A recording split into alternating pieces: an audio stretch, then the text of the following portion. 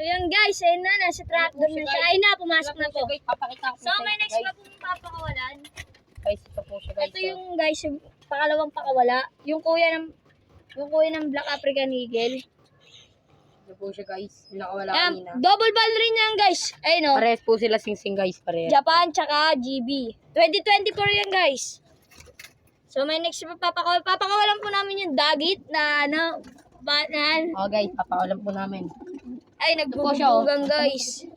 Yan. Marami po isang linggo yan guys. Nakaraan lang po yan. Yan guys, ito po siya guys. Yung basa na dagit po natin guys.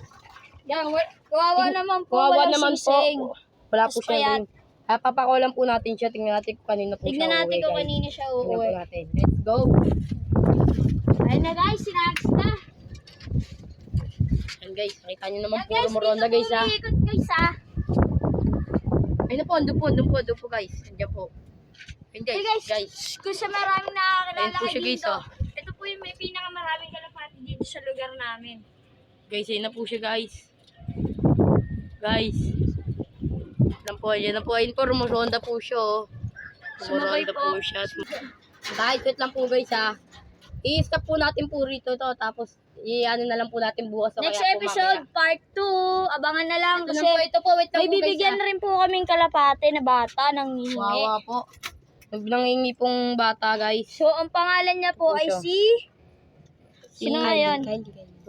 Si Mark po, Mark Tagutungan po. Siya po yung nangingi ng ibon sa amin. Kasi po siya, Siya, guys. Taga dito nag-aagal siya. lang po siya. Di siya taga rito, taga Quezon. Taga Quezon. Taga Quezon po siya guys. Kaya, huwag niyo pong kalimutan ulit. Ako po kasi Aniceto Abiliana Marsigan. At Ako siya po naman, si John Gelage Pantoja. At siya Ako po si- Kylie Inae. at dito na po nagtatapos ang aming YouTube channel.